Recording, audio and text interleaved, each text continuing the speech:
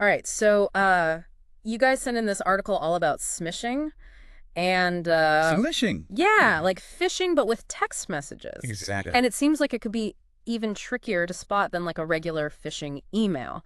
So, are you ready to kind of like unpack all this and see how we can stay ahead of these scammers? Absolutely. Smishing is a growing threat, and it's important to know how these scams work. So, I guess basically these are like cleverly disguised text messages that are trying to like trick you into giving up your info or clicking on like dangerous links. Is that Okay. basically it? That's pretty much the gist of it. Yeah. And they can be very, very convincing, playing on, our natural instincts and things.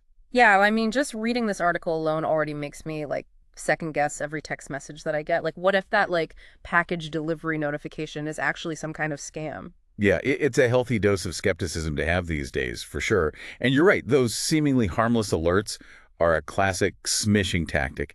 Like, let's say you get a text that says there's suspicious activity on your bank account. Oh, and Yeah. my gosh. Yeah. Your heart skips a beat, right? Oh, absolutely. I'd be freaking out. Like, is someone draining my account? Exactly. And that's what scammers are hoping for. They're trying to exploit that anxiety to make you react without thinking. Hmm. You might click a link before you even check where it goes or even reply with sensitive information before your rational brain can catch up. Wow. Yeah, it's like our brains short circuit when we see those kind of alerts. So we really need to have a plan in place, like before we even encounter one of those things. But what about those like tempting offers that seem like way too good to be true? You know, those like you've won a free cruise or like crazy discounts that just pop up out of nowhere. Yeah, the allure of a freebie. It's powerful. Yeah. We all love a good deal, and scammers, they know how to play on that. They'll dangle something enticing in front of you, like a free gift card or a ridiculously low price on some gadget or something, Yeah. And especially when it looks like it's coming from a brand that you actually recognize. right? They impersonate well-known companies to gain your trust. But there's always a catch. To claim your prize or whatever, you have to click a link, enter personal details, or even provide credit card information. Oh, yeah, for sure. I got a text a while back saying I won a free cruise, and all I had to do was enter my credit card info for processing fees. I almost fell for it. Oh, wow. Yeah, that's a classic smishing trap, and you're definitely not alone. A lot of people fall for these because they're just not aware of the red flags. Yeah. If something seems too good to be true, it probably is. But sometimes these scams, they kind of go beyond just the desire for a deal.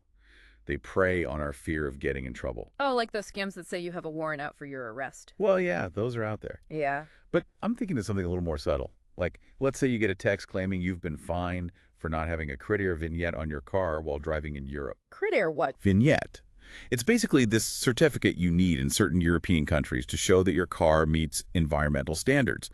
It's a relatively new regulation, and scammers have been quick to kind of take advantage of all the confusion surrounding it. So they'll send these texts saying you've been fined and you have to pay immediately through a link they provide. So they're hoping that people are unfamiliar with the rules and scared of getting in trouble with the authorities. Exactly. They create this sense of urgency and anxiety, and they're hoping you'll just click that link without thinking. And of course, that link leads to a fake website designed to steal your information. That is so sneaky. They're like using our fear against us. So, okay, we've seen how convincing these smishing scams can be, even for people who, think they're pretty tech savvy. But what about protecting ourselves?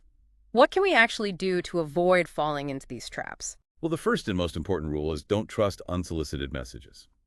If you get a text from someone you don't recognize, especially if it's asking for information, you really want to treat it with caution. Don't take it at face value.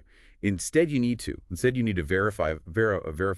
If the message says it's from your bank or a delivery company or whatever, don't click on anything or reply. Yeah. Just contact them directly.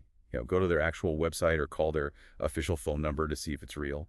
So just take a deep breath and don't panic. Do your own detective work, I guess. Right. And speaking of trust, legitimate businesses will never ask for, bank details or passwords or any sensitive information over text message. So if you get a message like that, it's a huge red flag. Yeah, that makes sense. Yeah. If my bank really needed that information, they'd probably just call me Oh. or send me like a secure message through their app. Right, but scammers are banking on people not really thinking about that. Yeah. So it's really important to, be aware. Okay, so let's say you do get a suspicious message. What should you do? Should you just delete it? Yeah, I mean, Oh. what else is there? Well, deleting, it's good. But you can actually go a step further. Report it to your mobile carrier. They have systems in place to track these scams and try to block them. You can also block the numbers so you don't get any more messages from that sender. Oh, so you're not just protecting yourself. You're helping to protect other people, too. Exactly. You're doing your part. And a lot of mobile carriers have information about common scams on their websites, too. Oh, that's good to know. What about antivirus software on your phone? I mean, I've got it on my computer, but I didn't know they made that for phones. Oh, yeah, definitely. And it can be really helpful. It can detect and block those links that scammers use, just another layer of protection. So it's like building a digital fortress around your phone. Oh. Okay. But even with all that, it seems like it's a constant battle with these scammers. Are there any new trends in smishing that we should be watching out for? Oh, for sure. It's always changing. One thing we're seeing more of are personalized smishing attacks. Personalized. Yeah. So in the past, these scams were kind of generic, sent to tons of people. But now scammers are getting more clever. They use something called social engineering. Social engineering, what is that? It's basically just manipulating people into giving up confidential information. Oh, okay. They use it to gather information about you online. So they can send you these very specific messages that are designed to be extra convincing. Oh, wow. So instead of just a random message about a package delivery, it might mention something like your name or a recent purchase you made. Exactly. Or even a place you visited recently or a bank you use. The more details they have, the more believable it seems. Oh, gosh, that's scary. It seems like those would be way harder to spot. It does add another layer of difficulty for sure. But the same rules still apply. Never click on a link or give out personal information without verifying the sender, even if it seems like they know all about you. Trust but verify. Right. Okay, so what other trends are we seeing? Well, another thing is that smishing is being used as part of bigger, more complex scams. So it's not just about the text message itself. It might be just the beginning. For example, you might get a text telling you to update your account information, but the link takes you to a fake website that steals your login info. Or they might use a text to get you to download malware onto your phone, which gives them access to even more of your data. So it's like the text is just the tip of the iceberg. Exactly. And as technology keeps changing, we can expect these scammers to keep getting more creative with their tactics. We're already seeing some early examples of AI-powered smishing attacks, where the text messages are actually written by artificial intelligence to sound even more human-like. Whoa, AI writing scam messages. That sounds like something out of a movie. It does, doesn't it? But science fiction is becoming reality more and more these days. Oh, man. It makes you almost want to just ditch your smartphone and go live in the woods. Uh-huh. I get it. But that's not really a practical solution for most people. The key is to stay informed, to be aware of how these scams work and to use our critical thinking skills. The more we know about them, the better we can protect ourselves. Okay, so knowledge is power. But you also mentioned some tools and resources that can help us. What are some things our listeners can do to protect themselves even more? Yeah, so, we've got all these safeguards, but knowing where to find the right information is key. So what are some good resources that our listeners can use? Yeah. Where should we be looking? Honestly, your mobile carrier is a great place to start. A lot of them actually have dedicated sections on their websites with tons of useful information. Things like details about current scams going around or, easy to understand safety tips. And they'll even tell you how to report something if you think it's fishy. Okay. So it's a good idea to check my carrier's website pretty regularly. Makes sense. Yeah. Are there any other trustworthy sources you'd recommend? Oh, yeah, for sure. Don't forget about those government agencies and consumer protection organizations. They're like the watchdogs, always looking out for us. Yeah. Any specific ones come to mind? Well, in the U.S., the Federal Trade Commission, FTC, has a really great website full of resources. They have tips on all kinds of scams, not just smishing. And if you're in Europe, the European Union Agency for Cybersecurity, ENIA, is the place to go. So we've got our mobile carriers, government agencies, consumer protection organizations. What about those tools and technologies you talked about earlier? Right. There are some really cool mobile security apps out there that can help a lot. They can kind of act like a first line of defense, Yeah, like a bouncer for your phone. Uh-huh. Exactly. They keep out those unwanted messages before you even see them. Okay. But how do they even work? Is it like some sort of magic algorithm or something? It's not magic, but it is pretty advanced. Yeah. A lot of them use a mix of artificial intelligence and human analysis to spot those signs of a scam.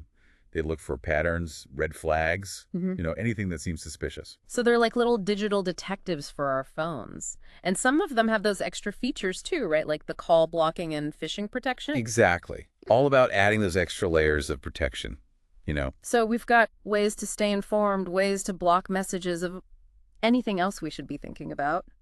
Well, at the end of the day, even with all the technology out there, the most important tool is still our own judgment. So we need to be our own detectives, too. Exactly. It's all about having a healthy dose of skepticism. No matter how clever these scams get, no matter how real those messages seem, we can always take a moment to stop and think before we do anything. Trust but verify, right? Yes, if something seems off, or a deal seems too good to be true, or if you feel pressure to act quickly, that's when you need to slow down. Trust your gut. Don't be afraid to ask questions and, use those resources we talked about. That's a good point. We have more control than we realize. Well, I think we've covered pretty much everything we can about smishing today. Any final thoughts before we wrap up? I think we've given everyone some really solid information to work with. Just remember, knowledge is power. The more we know about these scams, the better we can avoid them.